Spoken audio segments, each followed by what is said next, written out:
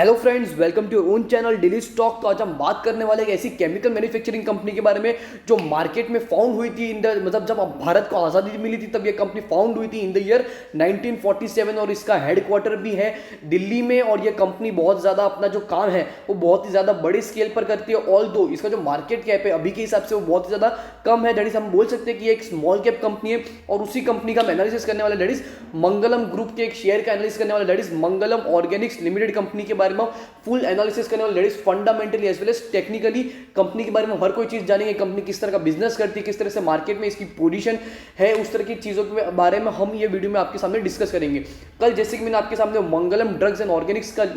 Analysis लाया, उसी तरह आज हम एनालिसिस करेंगे मंगलम ऑर्गेनिक्स कंपनी का। सो आपको याद दिला दूं कि अगर अभी तक आपने हमारे चैनल को डेली स्टॉक को आपने सब्सक्राइब नहीं किया हो तो चैनल को जरूर सब्सक्राइब कर दीजिएगा, ताकि हम आपके सामने हर कंपनियों का डिटेल्ड एनालिसिस ला सके fundamentally as well as technically. आपको किस टाइम पे उस शेयर में एंटर होना है, किस तरह से एग्जिट होना है, आपको उस शेयर में लॉन्ग टर्म इन्वेस्टमेंट बनाना चाहिए या नहीं, आपको उसमें डिविडेंड पर्पस के लिए इन्वेस्टमेंट करना चाहिए या नहीं, उन सब चीज़ों को जानने के लिए हमारे चैनल को जरूर सब्सक्राइब कर दीजिएगा। So let's begin. सबसे पहले हम बात कर लेंगे कंपनी के बारे में, that is Mangalam Organics company जो है मार्केट में स्टैंड करती है, वो काम करती क्या है बेसिकली। तो सबसे पहले हम देखेंगे मंगलम ऑर्गेनिक्स जो कंपनी है वो मंगलम ग्रुप का एक शेयर है। दैट इज वो काम करती है जो भी केमिकल के रिलेटेड जो भी चीजें बनती है, दैट इज कैम्फर हो गया, सोडियम एक्सिनेट हो गया, या उसके रिलेटेड कोई भी बाय प्रोडक्ट्स या टेरपिन केमिकल्स या रेजिन्स या फिनॉल, ये पीएफ करके जो भी रेजिन्स मार्केट में बनते हैं उसका जो भी manufacturing as well as selling जो भी काम होता है वो होता है इस कंपनी के। तो दैट इज बहुत ही अच्छी बात है। और इसके मार्केट में बहुत सारे प्रोडक्ट्स भी सेल होते हैं as a retail and as well as the जो प्रोडक्ट्स के अंदर जो भी इंग्रेडिएंट्स यूज होते हैं उसके थ्रू भी कंपनियां अच्छा खासा रेवेन्यू मार्केट में हो जाता है। अब कंपनी के बारे में बात कर लें तो कंपनी का जो मार्केट कैप आपको जो देखने को मिले वो बहुत ही कम है। दैट इज सिर्फ 371.7 करोड़ रुपीस का कंपनी का मार्केट कैप है। That is number of shares market में जितने भी ट्रेड हो रहे हैं that is multiplied to the CMP, that is current market price से आप उसको मल्टीप्लाई कर दोगे तो आपको उस शेयर का मार्केट कैपिटलाइजेशन देखने को मिल जाएगा। मार्केट कैप के बारे में बात कर ली, उसके बाद हम बात कर लेते हैं कंपनी के इंडस्ट्री पी के बारे में। तो इंडस्ट्री का जो पी दैट इज इसके जो भी कंपीटिटर्स है, केमिकल स्टॉक्स के जो भी कंपीटिटर्स हैं उनका जो पी रेशियो निकल कर आता है वो ऑलमोस्ट 38.57, जबकि इसका पी रेशियो है सिर्फ 9.59 के रेशियो। दैट इज अगर आपको केमिकल स्टॉक में इन्वेस्टमेंट करना हो तो आप अगर इस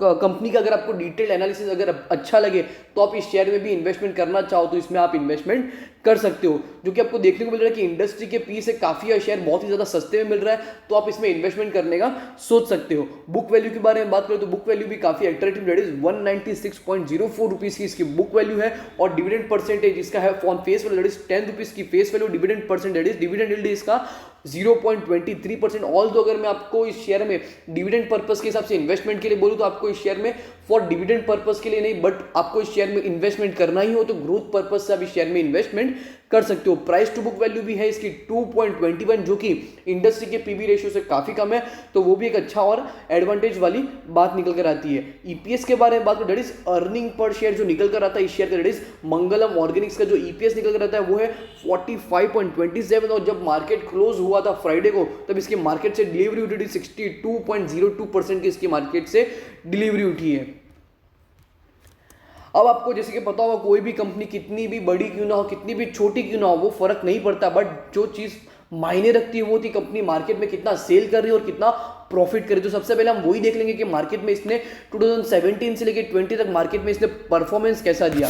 तो लेट्स बिगिन। 2017 से लेकर 20 तक अगर आप ट्रेंड देखो, 2017 से 19 तक तो आप ट्रेंड देखोगे तो उसका जो रेवेन्यू का ट्रेंड है वो आपको हर साल इंक्रीजिंग ट्रेंड में देखने को मिलेगा। पिछले साल जो कि 2019 में इसने जो रेवेन्यू जनरेट किया था वो था 427.45 करोड़ रुपीस। और इस साल even in the pandemic situation company ने जो अच्छी बात मुझे लगी वो है कंपनी की जो प्रॉफिटेबिलिटी है वो in comparison to the revenue बहुत ही ज्यादा अच्छा मेंटेन करके रखा। दैट इज इस साल जो रेवेन्यू हुआ है कंपनी का वो सिर्फ हुआ है 375.54 करोड़ रुपीस, जो कि पिछले साल प्रॉफिट हुआ था 72.66 करोड़ रुपीस। और इस साल जो प्रॉफिट हुआ है वो है 47.92 करोड़ रुपीस। इवन ऐसे मार्केट में बहुत सारी कंपनी जिसने बहुत ज्यादा घाटा भी किया है, बट मंगलम ऑर्गेनिक्स ने अपना जो सेल्स था या पेंडेमिक सिचुएशन के कारण जो भी कैम्फर ऐसी जो भी चीज होती है यूज में मार्केट में वो कम हो गई थी, सेल्स कम हो गए, तो उसके थ्रू ही जो कंपनी का प्रॉफिट है उसमें आपको डिक्लाइन देखने को मिला, ऐसा मेरा मानना है। और कोई रीजन या फिर टोटल एक्सपेंडिचर में थोड़ी सी बढ़ोतरी देखने को मिली होगी बिकॉज लेबर को 1 या 2-3 महीने तक अलग से पेमेंट किया होगा या फिर सैलरी वेज दिया होगा, इसलिए ज़्यादा प्रॉफिट में आपको थोड़ा सा डिक्लाइन देखने को मिल रहा है। बट ऑल दो कंपनी, अच्छी बात यह है कि कंपनी ने पेंडेमिक सिचुएशन में भी अच्छा खासा मार्केट में प्रॉफिट जनरेट किया। दैट इज 47.92 करोड़ रुपीस का कंपनी ने प्रॉफिट जनरेट किया in the year of 2020। Promoter holding, sorry share holder pattern के बारे में बात कर लेंगे तो इस कंपनी का जो भी मार्केट में जितना भी शेयर घूम रहा है अभी, वो टोटल प्रमोटर होल्डिंग है इसकी 54.91% है, जबकि जो अदर पार्टीज इन्वेस्टर्स या फिर रिटेल इन्वेस्टर्स के पास जितना भी इन्वेस्टमेंट या फिर जितना भी इन्वेस्ट किया रिटेल पार्टीज ने, वो इसका इन्वेस्टमेंट है 45.08% है। म्यूचुअल फंड होल्डिंग 0%, DII की होल्डिंग भी 0% और FII की होल्डिंग भी 0%। बिकॉज यह कंपनी स्मॉल कैप कंपनी, अगर इसमें उन बड़े बड़े प्लेयर्स को या दिग्गज प्लेयर को जब इसमें ग्रोथ दिखेगा तब वो उसमें एंटर करेंगे। बट फिर भी एक केमिकल स्टॉक है, अगर आप इस शेयर में नॉर्मल भी आप बाइंग बनाना चाहो तो आप इसमें बना सकते हो।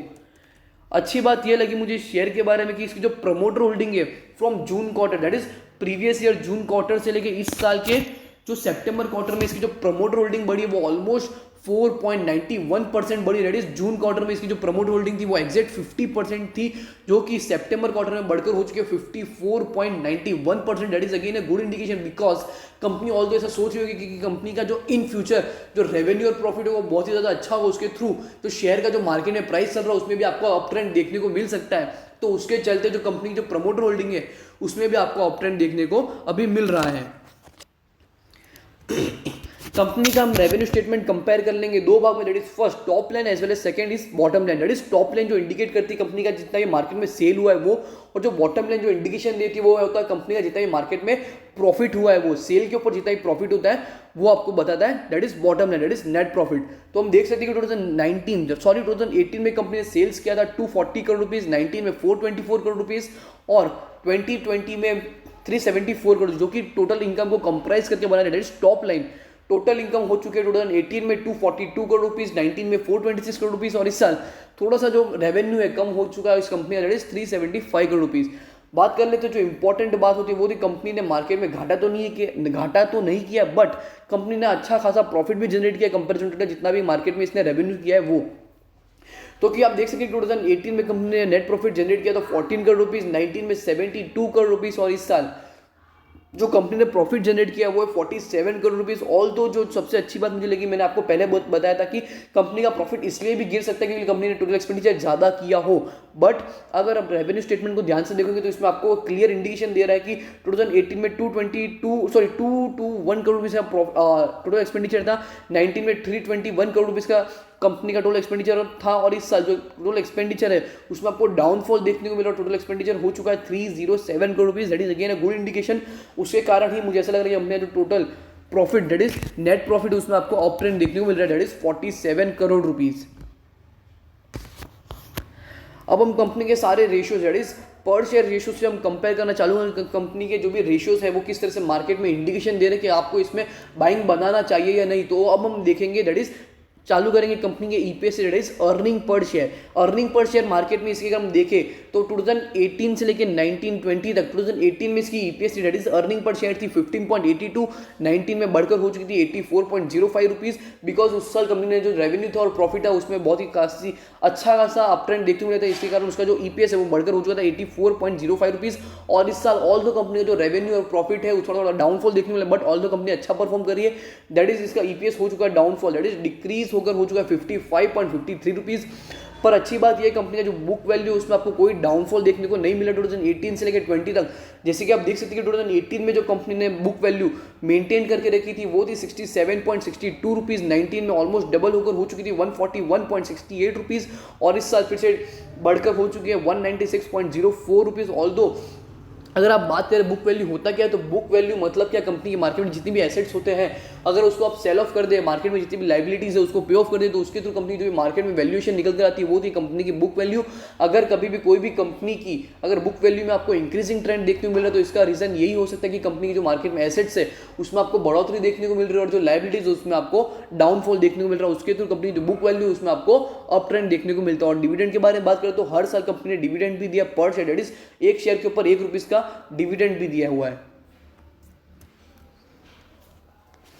मार्जिन रेशियोज कंपेयर कर लेंगे तो मार्जिन रेशियोज में है 3 ratio, that is first gross profit margin percentage, second operating margin percentage and third one is net profit margin percentage. तो सबसे पहले जो रेशियो निकल कर आता है वो है ग्रॉस प्रॉफिट मार्जिन परसेंटेज, जो कि होता क्या, कंपनी जितना भी मार्केट में ग्रॉस प्रॉफिट जनरेट करती है ऑन एन ईयरली बेसिस, उसके थ्रू जितना भी कंपनी का नेट सेल्स होता है उसको जो भी परसेंटेज फॉर्म निकल कर आता है वो होता है कंपनी का gross profit margin percentage for current year, that is 2018 में वो था 10.98%, 19 में 26%, और इस साल जो कंपनी का gross profit margin percent stand करता है वो है 23.32% पर।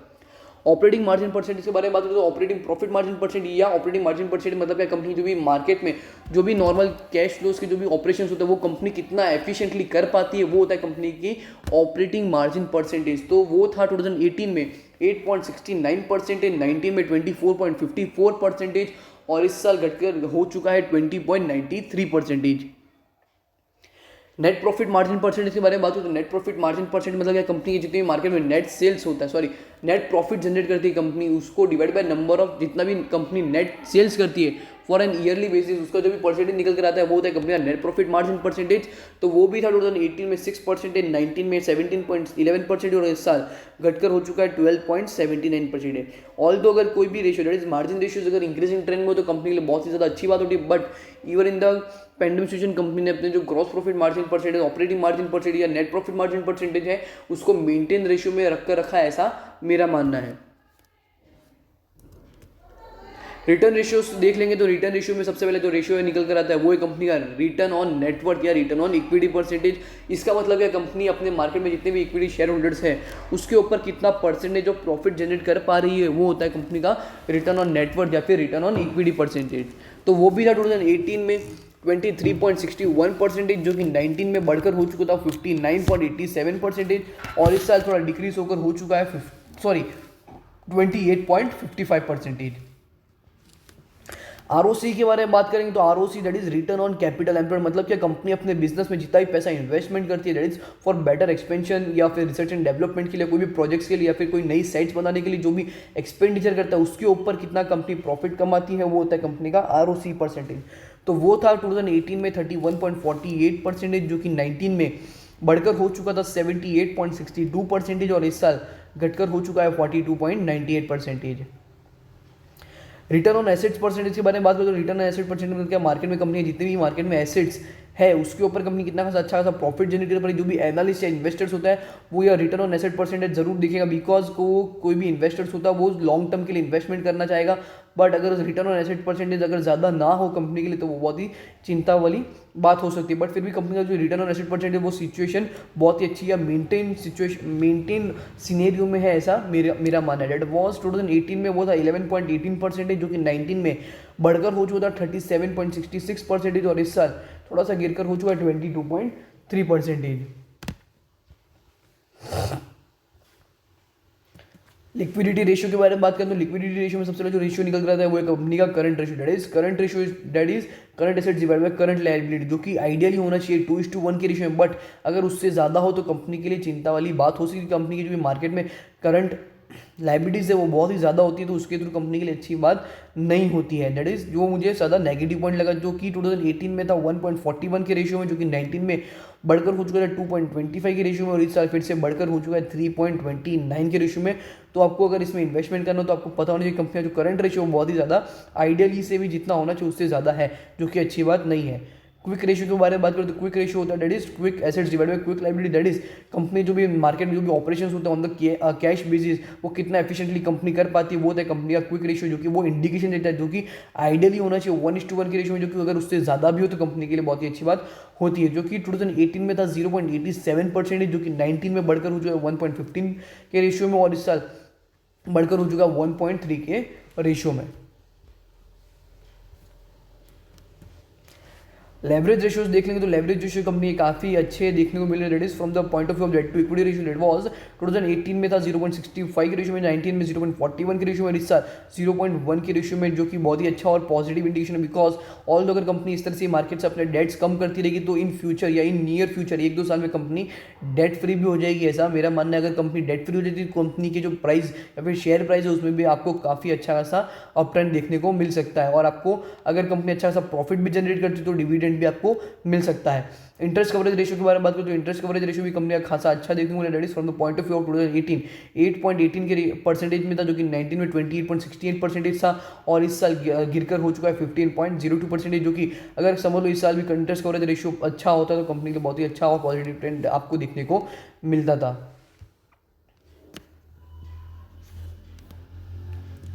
ग्रोथ रेशियोज देख लेंगे कंपनी एनुअली या फिर 3 साल के एवरेज के हिसाब से through the CAGR, that is compound annual growth return के हिसाब से कंपनी किस तरह से मार्केट में परफॉर्मेंस दे रही है, तो वो था 2018 में from the sales point of view 3 साल की CAGR के हिसाब से 0.24 2018-19 में कंपनी CAGR था from the point of view of sales 35.78, और इस साल कंपनी जो CAGR निकल कर आता है वो है 28.5 के परसेंटेज फॉर्म में। नेट प्रॉफिट के हिसाब से देख लेते तो point of view of CAGR that is 3 साल के एवरेज के हिसाब से, तो वो था 2018 में 51%, 19 में 91.54%,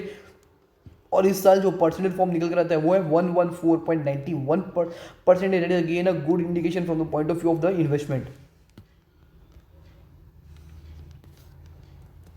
अब हम कंपनी के रेवेन्यू ब्रेक के बारे में बात करें, कंपनी मार्केट में किस तरह से रेवेन्यू जनरेट करती है, तो सबसे पहले देखेंगे कि बिजनेस में जो कंपनी जो बिजनेस करती है उसके थ्रू कंपनी जो बिजनेस होता है वो होता है that is B2B and that is B2C। B2B में कंपनी जो बिजनेस करती है वो होता है business to business, that is terpene operations जो भी होते हैं, कंपनी जो भी टेरपेन प्रोड्यूस करती है फ्रॉम द ईयरली बेसिस, तो उसके अंदर कंपनी जो रेवेन्यू आता है वो होता है 90%। सिंथेटिक रेजिन्स जो कंपनी बनाती है दैट इज वो भी कंपनी सेल करती है business to business, that is 5% उसका रेवेन्यू आता है, और जो B2C that is business to customers के थ्रू जो भी कंपनी इनकम जनरेट करती है from the retail operations point of view वो है कंपनी का 5%।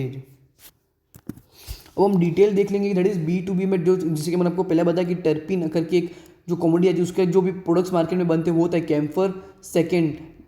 डाइप्टीन and third is sodium acetinate, that is camphor जो यूज़ होता है रिलीजियस पर्पज़ के लिए, हेल्थ केयर प्रोडक्ट्स के लिए और हाइजीन प्रोडक्ट्स के लिए। डिप्टीन जो पदार्थ है वो होता है पेंट में या फिर क्लीनिंग एंड डिग्रीजिंग एजेंट्स के लिए, और sodium acetinate textile and dyes industry या लेदर टेनिंग के लिए। B2B के अंदर सिंथेटिक रेजिन आता है जिसके अंदर जो आपको प्रोडक्ट्स देखने को मिल रहे हैं वो है केमिकली, जो कि बहुत सारे एप्लीकेशन उसका अगर देखें तो एडहेसिव, टायर्स, रबर्स, चिंगम या फिर प्रिंटिंग इंक के अंदर वो काम आता है। B2C के अंदर जो रिटेल ऑपरेशंस कंपनी करती है उसके थ्रू कंपनी का है मार्केट में कैम प्योर, जो कि उनका खुद का प्रोडक्ट्स है मार्केट में सेल होता है on the retail point of view, it is home care and personal care products based on the camphor. Second is Mangalam के जो भी टैबलेट्स या फिर जो भी कैम्फर के जो टैबलेट्स आते हैं वो भी मार्केट में सेल होता है। Third that is private labelling initiatives, मतलब कि जो भी लेबल बनाने का काम है वो भी एक कंपनी काफ़ी अच्छी तरह से मार्केट में करती है। अभी हम इस कंपनी के जो भी ऑपरेशंस पॉइंट ऑफ व्यू से अगर हम बात करें तो इसके जो भी आपको वेयर हाउस पॉइंट देखने को मिल रहा है, अगर आप इसको वीडियो को पॉज करोगे तो आपको ज़्यादा अच्छी तरह से समझ आएगा। दैट इज वेयर हाउस इसके ट्राइंगल के अंदर है, ब्लैक के अंदर जो आपको देखने को मिल रहा है वो है कंपनी की हेड ऑफिस जो कि सिचुएटेड है बॉम्बे में, दैट इज मुंबई में, और जो मैन्युफैक्चरिंग प्लांट्स आपको देखने को मिल रहा है वो है स्क्वायर में, दैट इज वो आपको देखने को मिल रहा है महाराष्ट्र में, दैट इज खोपाली में। अब जो बात अच्छी लगी मुझे वो है कंपनी के जो मार्केट में मैन्युफैक्चरिंग पॉइंट्स थे 2019 में, दैट इज फाइनेंशियल 2019 में ई कॉमर्स ऑर्डर्स थे वो तो ऑलमोस्ट 2500 स्टोर्स थे, जो कि इस साल बढ़कर हो चुके हैं, इवन पेंडेमिक सिचुएशन बढ़कर हो चुके हैं, ऑलमोस्ट 1200 स्टोर्स बढ़ चुके हैं, और इस साल हो चुके हैं 3700, जो कि बहुत ही ज़्यादा अच्छी ग्रोथ उसके स्टोर्स में आपको देखने को मिल रही है। कंपनी के टोटल इनकम के बारे में तो आपको मैंने पहले ही बता दिया कि फिर भी हम इसमें देख लेंगे, दैट इज 2019 में कंपनी का टोटल इनकम था वो था 426.42 करोड़ रुपीज़, और इस साल थोड़ा सा गिरकर हो चुका है 375.55 crore rupees. Profit after tax के बारे में बात करें तो profit after tax that is PAT वो भी था पिछले साल 72.39 करोड़ रुपीज़, और इस साल गिरकर हो चुका है 47.56 करोड़ रुपीज़। टोटल EBITDA के बारे में बात करें that is earning before interest and depreciation amortisation के बारे में बात करें तो वो था पिछले साल 111.47 करोड़ रुपीज़, जो कि इस साल गिरकर हो चुका है 87.36 करोड़ रुपीज़। अब जैसे कि मैंने आपको पहले ही बताया कि कंपनी के मार्केट में बहुत सारे प्रोडक्ट्स जो लॉन्च होते हैं या फिर बहुत सारी बड़ी बड़ी इंडस्ट्रीज को जाते हैं, जैसे इस टेरपिन ऑपरेशन जो कि पेंट इंडस्ट्री में बहुत ज़्यादा यूज़ होते हैं, तो अगर हम देखें तो उसके मार्केट में कौन कौन से क्लाइंट्स हैं उसके, तो वो है first Asian paints, second Kansai Nerolac, Berger paints, फिर Dabur, Vicco, ITC limited, Emami, Himalaya, Colgate, ऐसी बहुत सारी बड़ी ब्रांचेस या फिर ब्रांड्स है जो कि जो इंग्रेडिएंट्स होता है वो यह कंपनी के थ्रू लेते हैं, जो कि बहुत ही अच्छी बात है। अगर आपको जैसे कि पता ही होगा कि इन सब में से कोई भी ऐसी एक कंपनी आपको देखने को नहीं मिलेगी जो आपको लगे कि इन फ्यूचर में बंद हो जाए, तो ऐसा मेरा मानना है कि अगर समझ लो ये कंपनी चलेगी तो ये जो प्रोडक्ट्स लेगी, सामान लेगी, वो सब कहाँ से लेगी, मंगलम ऑर्गेनिक्स से, तो उसके थ्रू कंपनी जो रेवेन्यू और ऑपरेशन या भी बिजनेस है वो लॉन्ग टर्म के लिए चलता रहेगा, ऐसा मेरा मानना। और सिंथेटिक रीजन्स जो कंपनी बनाती है वो उसकी भी कंपनी है, बहुत ही बड़े बड़े क्लाइंट्स हैं, that is Pidilite, that is Fevicol, Hankel, Bostic, HB Fuller, ऐसी बहुत सारी बड़ी बड़ी ब्रांड्स कंपनी की है मार्केट में जो कि कंपनी के थ्रू अपना अच्छा खासा बिजनेस करते हैं। और रिटेल ऑपरेशंस के बारे में बात करूँ तो रिटेल ऑपरेशंस में भी इस कंपनी के पास बहुत सारे अच्छे अच्छे ऑपरेशन, दैट इज मार्केट है, मार्केट ऑप्शन है जिसके थ्रू कंपनी अच्छा खासा सेल्स करती है, that is first DMart, Reliance retail, Spencer's, Amazon, more, big basket, Flipkart, उसके थ्रू भी कंपनी अच्छा खासा मार्केट में बिजनेस होता है। अब जो इंपॉर्टेंट बात है वो है कंपनी का शेयर करंटली मार्केट में कितने पे ट्रेड हो रहा है, that is an good indication, because आपको तभी पता चलेगा कि आपको इस शेयर में निवेश करना चाहिए या नहीं। तो जो कि अब फ्राइडे क्लोजिंग इसने जो शेयर ने दी है वो 436 रुपीज़ के आसपास, दैट इज ऑलमोस्ट 436 रुपीज़। इसका 5 ईयर हाई के बारे में बात करें तो वो इसका 614 रुपीज़ का इसका 5 ईयर हाई है, जो कि आपको बताता है कि करंटली यह शेयर आपको ऑलमोस्ट 30-40% या फिर 50-60% डिस्काउंट रेट पे मिल रहा है इसके ऑल टाइम हाई के हिसाब से भी। अगर समझ लो मंगलम ऑर्गेनिक्स का जो हमने एनालिसिस बताया वो अगर आपको अच्छा लगा fundamentally as well as technically, तो अगर आपको केमिकल शेयर में भी इन्वेस्टमेंट करना हो तो आपको यह शेयर आपके प्रोफाइल में है ऐसा आपको पता चल सके, या आप